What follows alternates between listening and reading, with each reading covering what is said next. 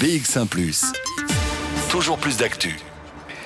Olivier Minguin, bonjour. Bonjour. C'est vous l'invité politique du jour, donc évidemment bourgmestre de Woluwe-Saint-Lambert, mais c'est surtout un peu au passe-présidente de défi que je voudrais parler, parce qu'il y a beaucoup de sujets d'actualité qui sont très politiques. On va commencer par les inondations d'abord. Donc des inondations, comment se fait l'entraide entre communes bruxelloises et communes wallonnes? Vous êtes jumelé à une commune wallonne? Oui, ce matin j'étais en contact avec Chaux-Fontaine, le bourgmestre de Chaux-Fontaine et ses collaborateurs. Qui sont touchés aussi par une des premières communes sinistrées, mais enfin il y en a tellement en Wallonie que la solidarité s'exprime. Alors, à Bruxelles, la région a pris l'initiative très heureuse de coordonner, de faire en sorte qu'il y ait une plateforme qui va être gérée par le Centre national de crise, semble-t-il, où les communes qui se proposent d'apporter une aide vont pouvoir inscrire le type d'aide qu'elles apportent, et celles qui souhaitent en bénéficier pourront ainsi prélever, si je puis dire, l'aide souhaitée. Ici, c'est vrai que c'est par relation un peu plus personnelle et amicale que j'ai avec le bourgmestre de Chaux-Fontaine que je lui ai proposé nos services, mais ça n'interdira pas qu'on apporte d'autres formes d'aide à d'autres communes.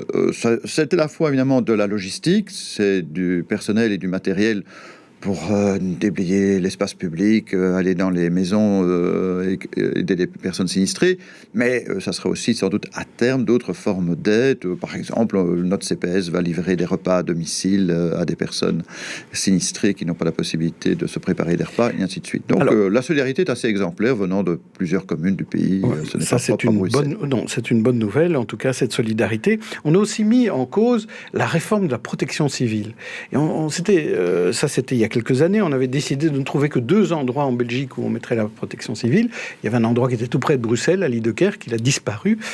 Est-ce qu'il faut mettre en cause ici la réforme de la protection civile dans le cas des inondations? Il y a 2 aspects qui posent problème, me semble-t-il. D'abord, il semble qu'il y ait eu quand même un avertissement qui a été donné par l'Agence européenne spécialisée dans la prévention de ce type de risque majeur. Il y a un organisme européen qui a lancé plusieurs jours à l'avance, presque entre 4 et 10 jours préalablement aux plus fortes inondations, les autorités belges ont été averties. Donc il va falloir retracer le processus de suivi de cette information qui a été donnée de manière tout à fait pertinente par l'agence européenne. Et puis, en effet, après ça, il y a notre capacité opérationnelle. Notre capacité opérationnelle a incontestablement été diminuée et affaiblie à la suite de la réforme des services de la protection civile. Si j'ai bonne mémoire, au cadre, il n'y aurait plus que 300 agents pour desservir l'ensemble du pays. C'est très très peu. Alors je sais bien qu'on a confié des missions de première ligne aux services d'urgence que sont les pompiers, mais fondamentalement, les pompiers n'ont peut-être pas les mêmes équipements que devrait avoir la protection civile. Et on voit bien que dans le cas de ce que nous avons connu, nous étions totalement sous-équipés. Finalement, l'aide venant de l'étranger, particulièrement de la France, était une aide mieux dotée en matériel performant que ce dont nous disposons. On l'a vu avec les canaux pneumatiques notamment qui n'avaient pas les moteurs suffisants. La puissance des Zodiacs qui ne permettait pas d'atteindre toutes les zones sinistrées. Donc, c'est vrai qu'on doit se poser maintenant la question de savoir, même si on peut espérer que ce soit des événements exceptionnels, comment nous pourrions avoir des capacités et humaines et en matériel bien plus élevés que ceux dont nous disposons pour le moment. Quelques jours avant ces inondations, on a entendu à la fois Yann Yambon et Bart De Wever dire qu'il y avait moyen de réformer l'État sans passer par une réforme de la Constitution. Oui, alors ça, c'est un propos hallucinant. En somme, ils ont déjà dépecé, mais c'était sous le gouvernement Louis Michel que la protection civile... Charles Michel, pardon, que la protection civile a été dépecée. Quand on fera un jour le bilan de la manière dont, sous ce gouvernement, les services de l'État, de la police fédérale, la protection civile et d'autres services ont été considérablement affaiblis, ça préparait leur vision confédéraliste. Alors aujourd'hui, ils ajoutent une dimension supplémentaire qui est de dire on peut se passer de respect de la Constitution pour atteindre nos objectifs. On serait dans un pays comme la Hongrie et la Pologne, on crierait au scandale. On dirait quoi? Un pays de l'Union européenne qui ne respecte pas sa Constitution, qui ne respecte pas l'État de droit.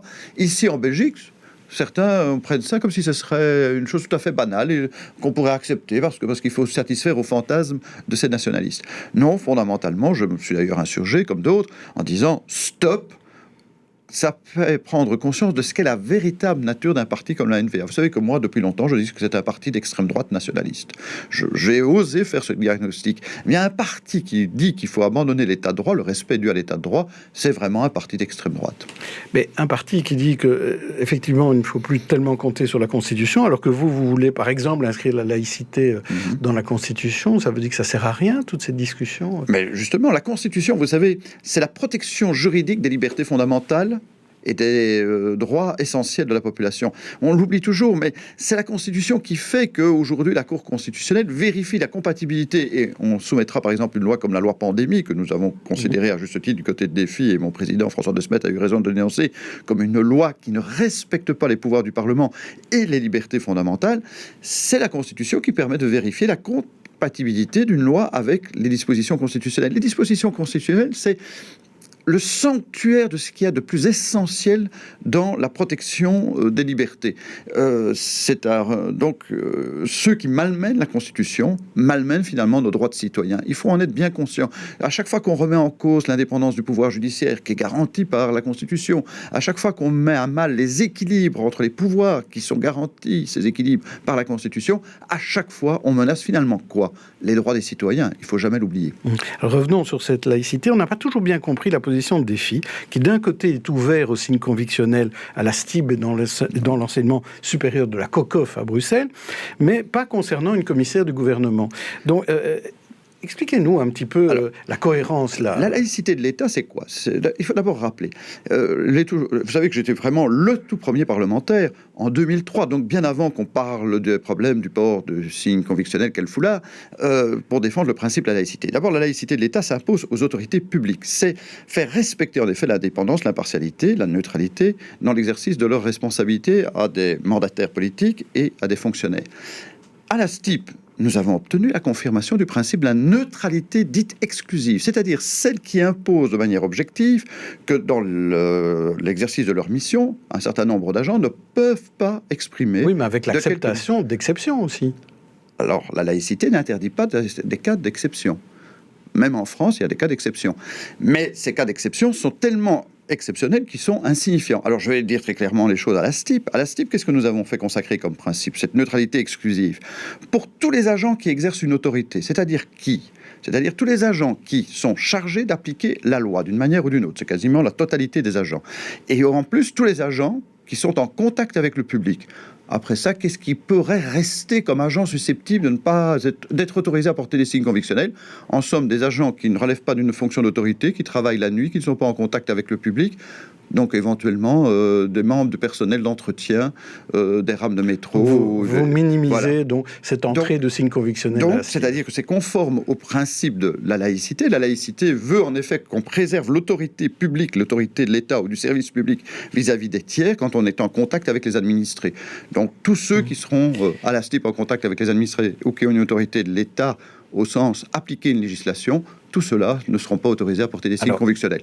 S'il y avait le même accord au fédéral, il n'y aurait sans doute pas eu le débat sur Balam Issa Nawash, parce que quoi qu'en dise le Premier ministre, la fonction de commissaire du gouvernement est une fonction d'autorité et qui donc impose un devoir de ne pas porter un signe convictionnel, quel qu'il soit. Alors, sur les sans-papiers, quelle est votre position là-dessus ? Est-ce que le gouvernement doit plier face aux demandes au sein même de sa majorité ? La majorité gouvernementale est très hypocrite dans ce débat. On entend d'un côté, évidemment, ce que dit le président du MR qui dit « je ne céderai pas au chantage », alors qu'on est face à un désastre humain, et de l'autre, des partis gouvernementaux, comme le PS et Écolo, qui n'ont pas eu le courage de tenter de faire trancher un débat qui, malheureusement, a été reporté depuis plusieurs gouvernements. Nous ne nous le cachons pas, ce n'est pas propre à ce gouvernement-ci, mais c'était déjà le cas de ce gouvernement. Ils doivent faire tomber le gouvernement là-dessus ?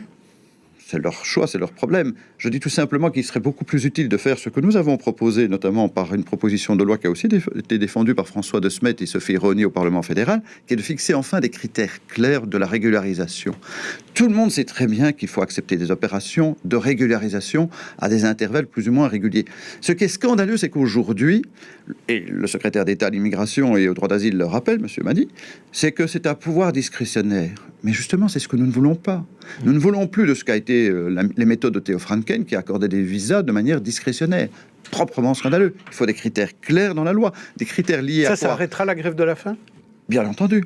Quand vous avez... Aujourd'hui, s'il y a des actions désespérées qui sont menées telles qu'elles sont là, c'est parce que, puisque l'on croit savoir que le pouvoir discrétionnaire pourrait admettre que dans tous les cas de figure, on devrait régulariser, les gens, évidemment, font une forme de pression maximale, désespérée, humainement insupportable.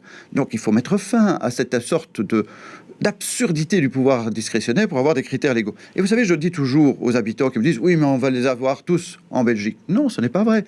Mais je leur dis aussi souvent « Vous êtes les premiers à venir me voir comme bourgmestre. Quand dans l'école de votre enfant, il y a un enfant qui va être expulsé avec ses parents, alors qu'ils sont là depuis plusieurs années, que l'enfant a été scolarisé quasiment depuis plusieurs années, alors on vient me dire « C'est inhumain ». Et c'est inhumain.